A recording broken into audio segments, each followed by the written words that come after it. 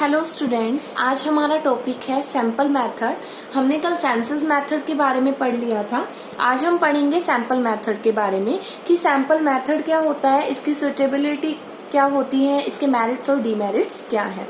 देखिए, sample method का मतलब यहाँ पे क्या है, it is a small segment considered for study which should represent the nature and standard of the entire population.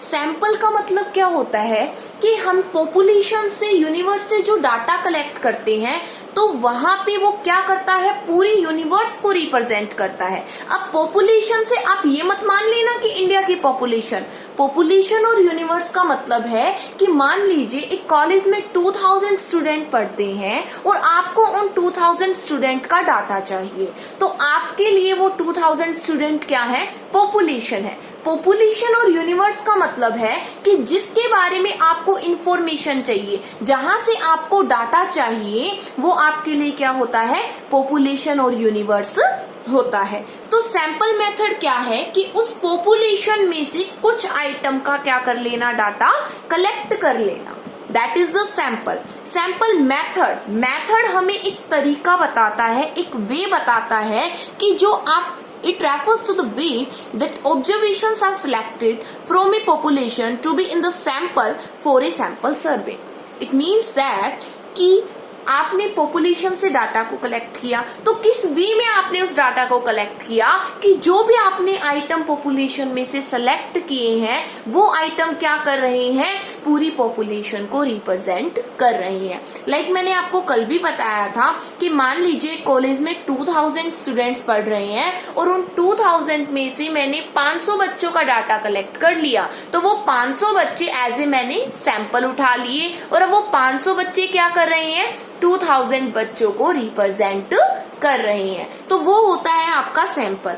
आपको मैं एग्जांपल देती हूँ। देखिए, मान लीजिए आप बीमार हो रहे हैं और आप डॉक्टर के पास जाते हैं और डॉक्टर आपको रिकमेंड करते हैं कि आपको ब्लड टेस्ट करवाना है, राइट। तो ब्लड टेस्ट के लिए आप जाते हैं लैब में, ठीक है। तो लैब में जब आपका ब्लड टेस्ट होता है, ठीक है, तो ब्लड टेस्ट के लिए वो आपका पूरा ब्लड तो नहीं निकालेगा, ठीक है, क्या लेगा, थोड़ा सा सैंपल लेगा, ठीक है। उसके बेसिस पे बता देगा कि आपको क्या प्रॉब्लम है, क्या प्रॉब्लम नहीं है, राइट। लाइक आपको ब्लड ग्रुप चेक करवाना है, तो भी क्या करेगा, थोड़ा सा सैंपल ले लेगा और उसके बेसिस पे पता चल जाएगा, राइट। तो वो क्या है, सैंपल मेथड है, उसको बोला जाता है सैंपल मेथड, कि उसने आपके ब्लड का थोड़ा सा सैंपल लिया और थोड़े से सैंपल के बेसिस पे आपके ब्लड ग्रुप के बारे में पता चल गया, साथ के साथ ये भी पता चल गया कि आपकी बॉडी में कितना ब्लड है, ठीक है। तो उस थोड़े से सैंपल ने क्या कर दिया, आपके सारे ब्लड को रिप्रेजेंट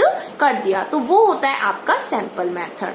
सुटेबिलिटी की सैंपल मेथड जो होता है वो हम कहाँ पे यूज करते हैं, तो सबसे पहले आता है size of the population large. जहां पे पॉपुलेशन जो होता है, पॉपुलेशन का साइज अगर लार्ज है, लाइक अगर मैं बात कर रही हूँ कि 2000 बच्चों का डाटा कलेक्ट करना है, तो उसमें बहुत ज्यादा टाइम कंज्यूम हो जाएगा, राइट। तो अगर मैं उनमें से 500 बच्चों का डाटा कलेक्ट कर लेती हूँ और वो 2000 बच्चों को रिप्रेजेंट भी कर रहे हैं, राइट, तो उस केस में क्या है, सैंपल मेथड सुटेबल है। High degree of accuracy not needed. जहां पे आपको हाई डिग्री ऑफ एक्यूरेसी की जरूरत नहीं होती है, वहां पे सैंपल मेथड को लगाना सुटेबल होता है, जहां पे एक्यूरेसी और रिलायबिलिटी की इतनी नीड नहीं होती है। Intensive examination of diverse items is not required. It means that कि जहां पे आपको डीप में जाने की जरूरत नहीं है, कि आपको हर प्रकार की इंफॉर्मेशन गेट करने की रिक्वायर्ड नहीं है।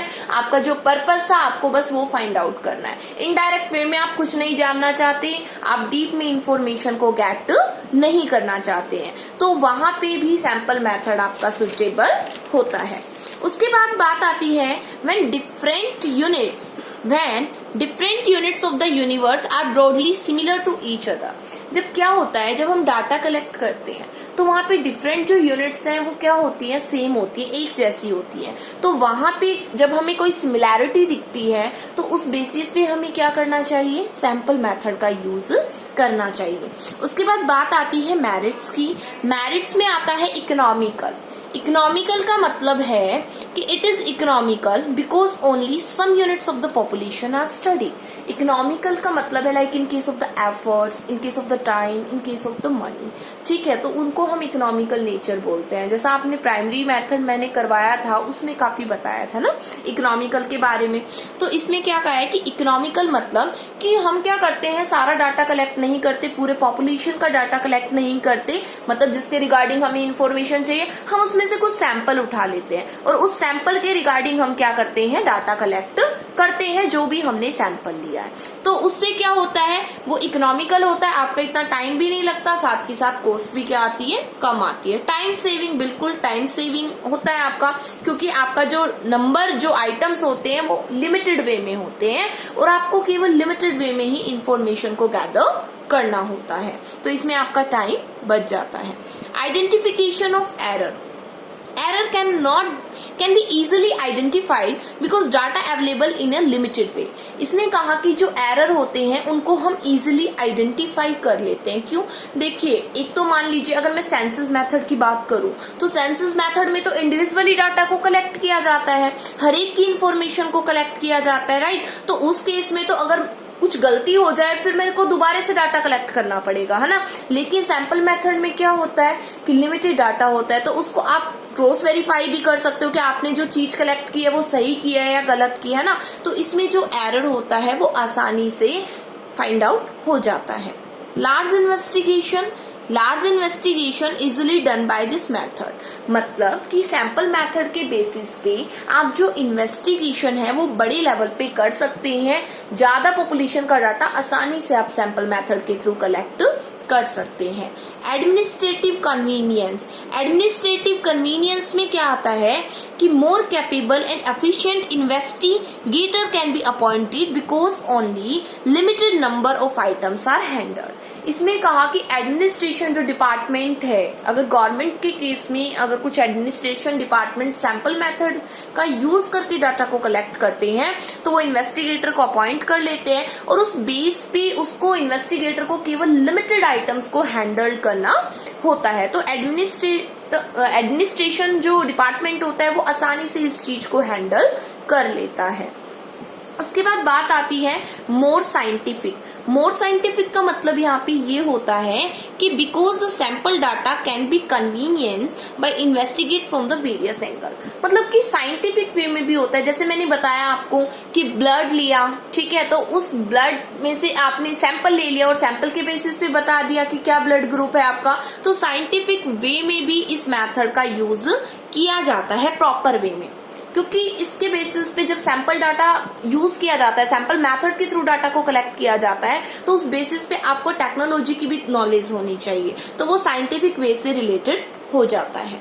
फिर बात आती है डीमेरिट्स में पार्शियल, बिल्कुल पार्शियलिटी हो सकती है, बायसनेस हो सकती है। कैसे, if the investigator bias occur in the selection of a sample then result also be the biased, how is it be, कैसे होगा ये, देखिए मान लीजिए आपके स्कूल में एक पोएम कंपटीशन है और आपके क्लास का टीचर जानता है कि आपकी क्लास में कौन बच्चा बहुत अच्छे से पोएम सुना सकता है, ठीक है, तो मतलब कि टीचर पार्शियल हो रहा है। टीचर की नजर में 2-3 बच्चे अच्छे हैं, टीचर ने उन्हीं का नाम दे दिया, लेकिन मौका तो सबको मिलना चाहिए था, राइट। तो क्या आ गया, पार्शियलिटी आ गई, ठीक है। तो ये चीज है कि पार्शियल। या फिर मान लीजिए कोई बाहर से आपकी स्कूल में कोई इंस्पेक्शन के वे में आते हैं, ठीक है, और वो जानना चाहते हैं कि इस क्लास में जो टीचर पढ़ा रहे हैं वो कितना पढ़ा रहे हैं, बच्चों को समझ आ रहा है नहीं आ रहा। तो उस बेसिस पे मान लीजिए क्या किया जाता है कि आपके जो टीचर है, जो इंटेलिजेंट बच्चा है, उसको खड़ा कर देते हैं, ठीक है।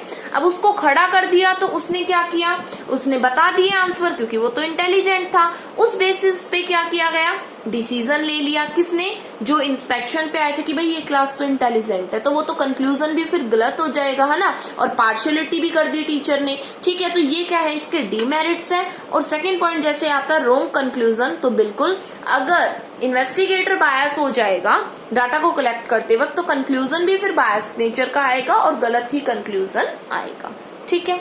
उसके बाद difficulty in selecting the representative sample, it is not an easy task for the selection of a sample. ये बिल्कुल भी एक आसान टास्क नहीं होता है इन्वेस्टिगेटर के लिए सैंपल को कलेक्ट करना, क्योंकि एक सैंपल आप 2000 में से 500 का डाटा कलेक्ट कर रहे हैं और वो 500 आइटम 2000 को रिप्रेजेंट कर रहे हैं, तो it's not a easy task. क्या पता वो कर भी पाए या नहीं भी कर पाए, डाइवर्सिटी क्रिएट हो जाए, है ना। तो इस केस में क्या होता है, ये डिफिकल्ट होता है। Difficulty in framing a sample, बिल्कुल जब सैंपल को फ्रेम किया जाता है, हेटेरोजेनियस को होमोजेनिटी में कन्वर्ट किया जाता है, तो उस बेसिस पे क्या आता है, डिफिकल्टी क्रिएट होती है। ठीक है, तो सैंपल जो है वो एक डिफिकल्ट टास्क होता है। स्पेशलाइज्ड नॉलेज, जो भी सैंपल मेथड के थ्रू डाटा को कलेक्ट कर रहा है उसको नॉलेज होनी चाहिए कि किस प्रकार से टेक्नोलॉजी का यूज करके, टेक्निकल स्किल का वो यूज करके डाटा को कलेक्ट करे, क्योंकि जो सैंपल आइटम वो चूज करेगा वो पूरी पॉपुलेशन को रिप्रेजेंट करेगा जिसके रिगार्डिंग आपको इंफॉर्मेशन चाहिए। तो स्पेशलाइज नॉलेज होना बहुत जरूरी है। अगर स्पेशलाइज नॉलेज नहीं है इन्वेस्टिगेटर को तो डाटा जो कलेक्ट किया है उससे कंक्लूजन रॉन्ग निकलेगा। तो ये आपकी डिमेरिट्स थे। उसके बाद बात आती है एसेंशियल ऑफ ए सैंपल, कि जब सैंपल को कलेक्ट किया जाता है या सैंपल मेथड लगाया जाता है डाटा को कलेक्ट करने के लिए, तो क्या क्या चीजें जरूरी होती है, किन बातों का हमें ध्यान रखना चाहिए। तो सबसे पहला तो आता है रिप्रेजेंटेटिव। जैसा मैंने बताया आपको कि जिस पॉपुलेशन के बारे में, जिस चीज के बारे में आपको इंफॉर्मेशन चाहिए और उसमें से आप सैंपल को चूज करते हैं, तो वो सैंपल उस पूरी यूनिवर्स को, उस पूरे पॉपुलेशन को रिप्रेजेंट कर रहा है या नहीं कर रहा, that's essential for collecting a sample. ठीक है, इंडिपेंडेंट, बिल्कुल जो भी आइटम आप सैंपल में कलेक्ट करते हैं वो इंडिपेंडेंट हो, एक दूसरे के ऊपर डिपेंड ना। मान लीजिए आपने क्या किया, 2000 में से 500 का डाटा कलेक्ट किया, तो 500 जो भी आइटम आपने कलेक्ट किए वो एक दूसरे के ऊपर निर्भर ना करे, इंडिपेंडेंसी हो। होमोजेनिटी, बिल्कुल एक जैसा डाटा कलेक्ट किया जाए, होमोजेनियस, क्योंकि सिमिलर नेचर का डाटा होगा जब तो आप क्या करोगे, आप सैंपल मेथड का यूज करोगे, होमोजेनियस नेचर का डाटा होगा तो राइट। तो उस केसेस पे क्या किया जाता है, सैंपल मेथड के लिए होमोजेनिटी होना बहुत जरूरी है कि जो डाटा आप कलेक्ट कर रहे हो, जो सेलेक्ट कर रहे हो आप यूनिवर्स में से, तो आपने सैंपल ले लिया, तो वो सैंपल लिया है इस बेसिस पे क्योंकि होमोजेनिटी थी वहां पे, क्योंकि जो डाटा था वो सेम था, इसलिए मैंने सैंपल मेथड का यूज किया। ठीक है, सारी चीजें एक सी लग रही थी, इसलिए मैंने सोचा कि सैंपल को मैं ले लेती हूँ और वो सारी चीजों को रिप्रेजेंट कर देंगे। Adequacy, the number of the items in the sample should be fairly adequate for getting the reliable conclusion। जो भी आइटम्स, जो भी डाटा आप कलेक्ट करते हैं वो डाटा क्या होना चाहिए, फेयरली एडुकेट होना चाहिए, मतलब जितना आपको डाटा चाहिए। लाइक अगर मैं 2000 में से 500 का डाटा कलेक्ट करती हूँ तो वो 500 क्या होने चाहिए, एडिक्वेट होने चाहिए कि पर्याप्त मात्रा में आपके पास डाटा है जो पूरी पॉपुलेशन को क्या कर देगा, रिप्रेजेंट कर देगा, और उसी बेसिस पे फिर आप रिलायबल कंक्लूजन निकाल पाओगे। तो ये कुछ एसेंशियल थे सैंपल के। कल हम पढ़ेंगे कि मेथड्स क्या होते हैं सैंपल को कलेक्ट करने के लिए, दैट्स अ वेरी इंपॉर्टेंट, जिसमें रैंडम और नॉन रैंडम सैंपलिंग के बारे में मैं आपको बताऊंगी। पीडीएफ आपको मिल जाएगी, तो उस पीडीएफ के थ्रू अपने नोट्स को प्रिपेयर कीजिए। Cloud9 ऐप पे आपको रोज मिल ही रहा है होमवर्क। ठीक है, थैंक यू।